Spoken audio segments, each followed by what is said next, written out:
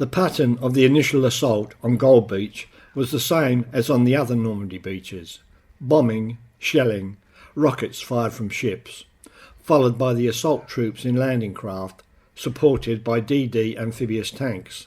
As at the other beaches, the bombing was ineffective and failed to destroy the German emplacements, including the heavy battery at Longwy. The Longwy battery, a serious threat to Allied ships, consisted of 4 6-inch guns installed in reinforced concrete casemates.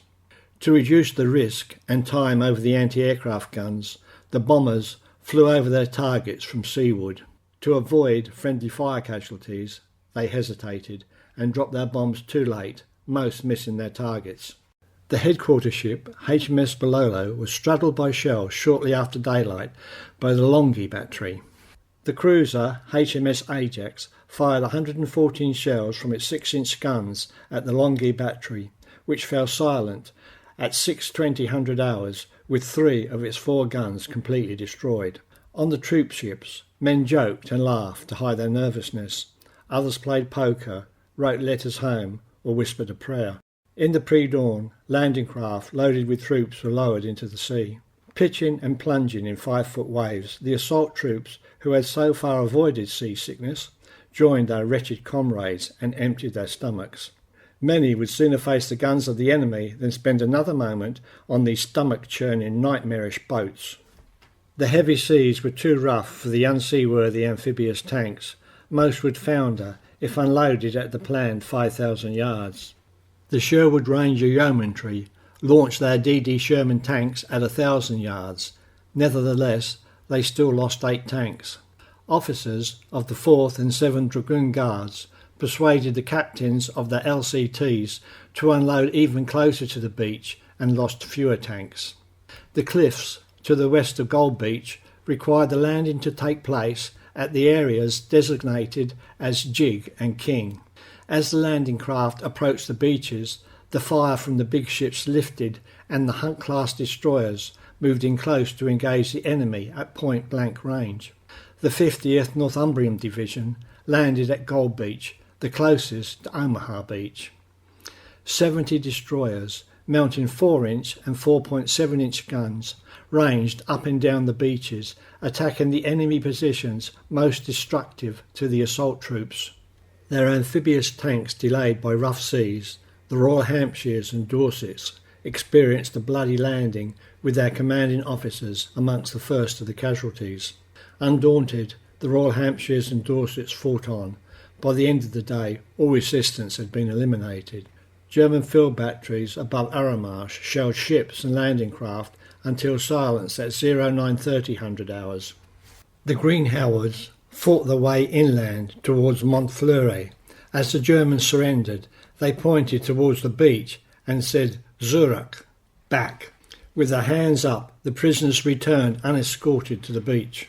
When machine guns, which had been bypassed, opened up on the Green Howards, Major Stanley Hollis charged them with a Sten gun and hand grenades to silence them. On D-Day, the 6th of June 1944, Major Stanley Hollis won the only Victoria Cross awarded that day. When the Americans at Omaha broke through the German line, General Eric Marks was unable to send reinforcements to plug the gap. The British on Gold Beach were the imminent threat, and he directed his forces towards them, taking the pressure off the Americans. At La Riviere, on the far left of Gold, the concrete bunkers had survived the shelling, and the East Yorkshires had a bloody fight. An Avery Assault Vehicle Royal Engineers tank was brought forward, its 40-pound Petra bombs destroying the bunkers.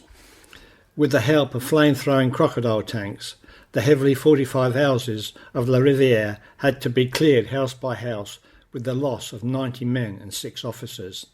Port-en-Bessin, the port of Bayeux, was too strongly defended against the frontal assault and had to be taken from the rear.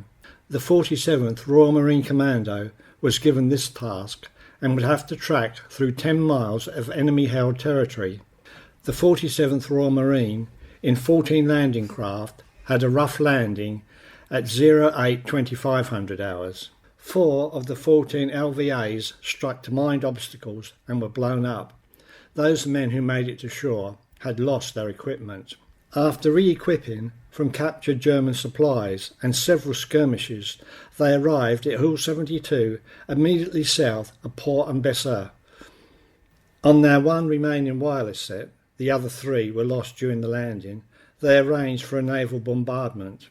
A Troop overran the strong point at the south of the town at 20:30 hours, but came under fire from flak ships in the harbour with 11 killed and 14 wounded.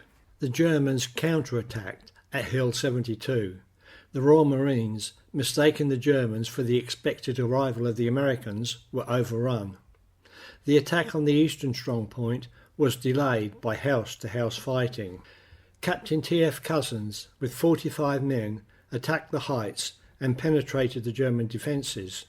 He captured the German commandant and persuaded him to lead them through the minefield and order the garrison to surrender. Later, while clearing out the remaining pockets of resistance, Captain Cousins lost his life. Once across the beaches, the Hampshires advanced steadily towards Arromarsh, where the vital prefabricated Mulberry Harbour would be built. In the first few days of the Normandy landing, British ships fired 72,000 shells ranging from 15-inch to 4-inch, plus millions of shells from smaller quick-firing weapons. On D-Day, at Gold Beach, the British suffered 1,100 casualties. Thank you for watching. If you would like to find out about the other D-Day beaches, hit the subscribe button.